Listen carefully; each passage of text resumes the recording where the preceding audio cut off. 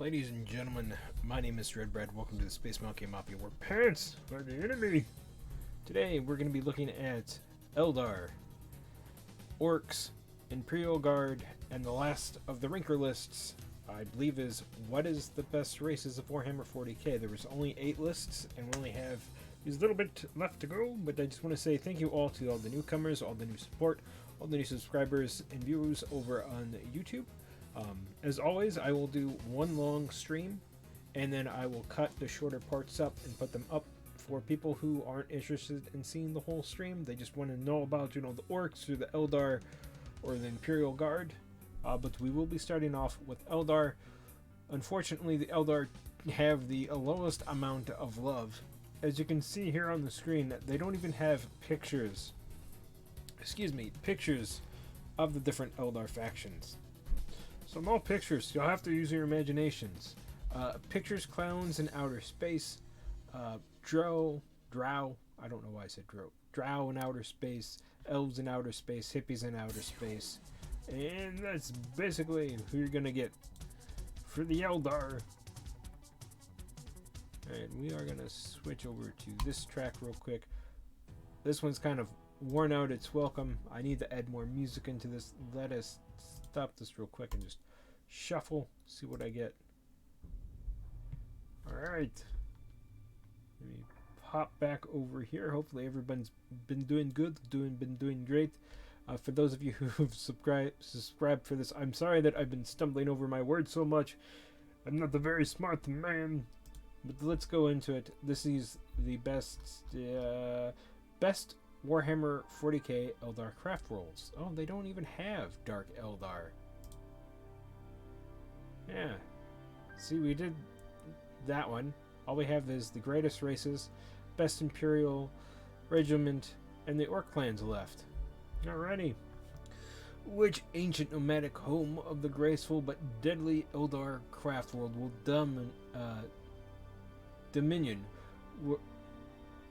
claim dominion over the voting? Alright. We're going to go all the way down to number 1, or no, number 6 at 87 votes. I'm probably going to butcher these names. We have the Altansar? The Altansar was a small Eldar craftworld that survived the fall of the Eldar, but was caught by the Eye of Terror. Their only escape being the Phoenix Lord Magan Ra. Altansar is also known as the sister craftworld of Ithwe, due to its close proximity to the Eye of Terror.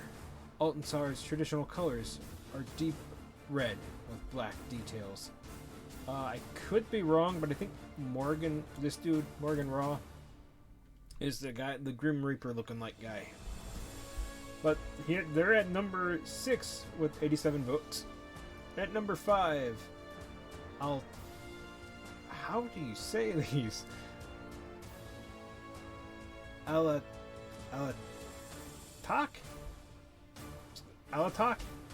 Far out from the frontiers of the galaxy, on the edge explored by space in the ultimum segmentum, lies the Alatok craftworld. The Alatok Eldar are zealous in their guard against the touch of Slaanesh, even more so than the common amongst the other craftworld Eldar. As such, the Alatok is strictly governed to prevent any emergence of the sadistic obsessions that the Eldar are prone to as a species. For this reason, many of Alatok citizens will at one time or another decide to leave the strict confines of the starship and strike out on their own or in small groups to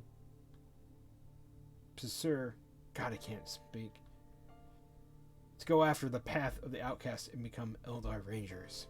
My bad. I don't know, I'm having trouble speaking today. Maybe it's because I'm nervous. Maybe it's because I'm excited. I don't know. Just getting some water here. At 107, we have the Sam Han. I know how to say that guy. Name. I know these guys. These guys are red and typically are on jet bikes and things.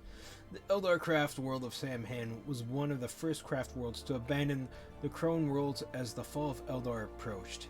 Heeding their Farseer's warnings as such, they have spent more time isolated from the rest of the Eldar than any other major craft worlds. Although the Samhan do maintain contact with and have very similar cultures to Exodite worlds, they are fierce warriors who place upon honor a high value than their sophisticated kin. These guys like to go fast. They like their bikes. The Aiden craft world was once one of the largest and most prosperous of all the remaining Eldar worlds. They barely survived an attack by the Tyranid High Fleet Kraken, which nearly destroyed the craft world and killed 4/5 of its population. On the verge of total annihilation, Landian was saved from complete destruction by the exiled Prince Uriel, who had formerly been the High Admiral of the Aladdin Fleet. I think I'm saying that right. I don't know. The I'm sorry if I'm butchering these Eldar players. I know this one's Uthway. I'm not very good with these Celtic names. I'm sorry, forgive me. The Biltan. The most martial and aggressive craft worlds, the Biltan has made the decision. So the reason why I'm stumbling and reading over this is I have a real hard time reading with white background. Like most people, I like dark mode because it makes reading easier for me. The whiteness of my screen, it blurs my eyes because I got old man eyes. The Baltan made the decision to try and reforge the Eldar Empire by eliminating the younger races who have usurped the galaxy. Each craft world carries the seeds of Eldar culture. Baltan is renowned for the strong warriors' ideals of its people. For the Eldar, the Baltan, the way of the warrior, the life stage that encompasses the aspect warriors, is considered the first step upon the path of the Eldar.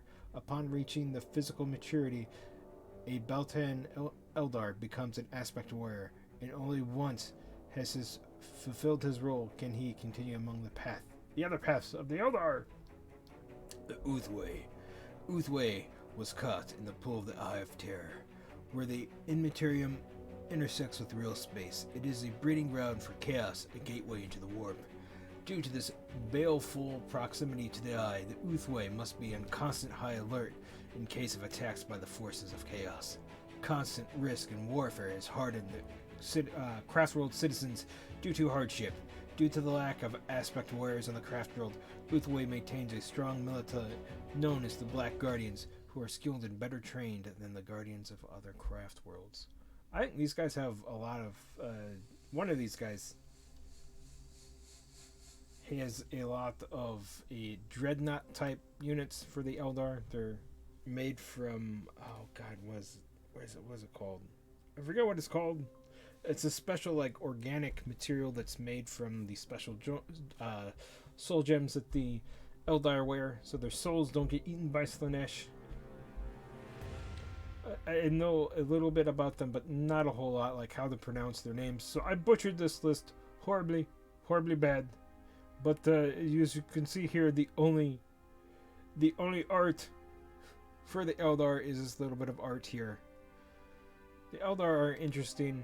I originally wanted to, when I first got in the Warhammer 40k for the tabletop aspect, I was trying to find armies that didn't have much representation on the tabletop because I like underdogs.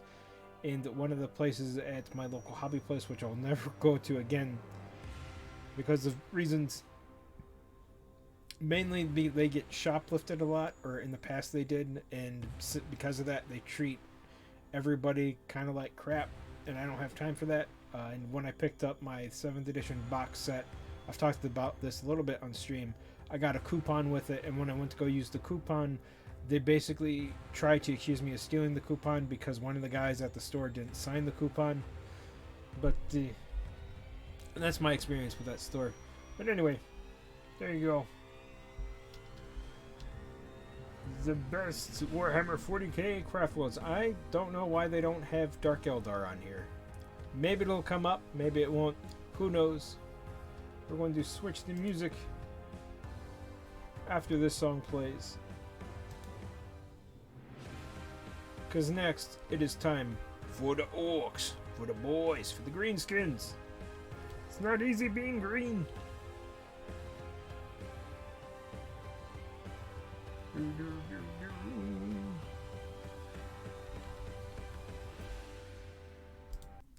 If there is high whining noise in the background, it is not a coil whine from my computer, and as soon as I hear it, I will go try to stop it. Basically, for whatever reason, we have air in our water pipes, and when the water starts to run, or somebody uses the water and it shuts it off, air gets trapped in the pipes and starts basically making this really high-pitched whine like a kettle escaping the pipes, which is really annoying. Alrighty.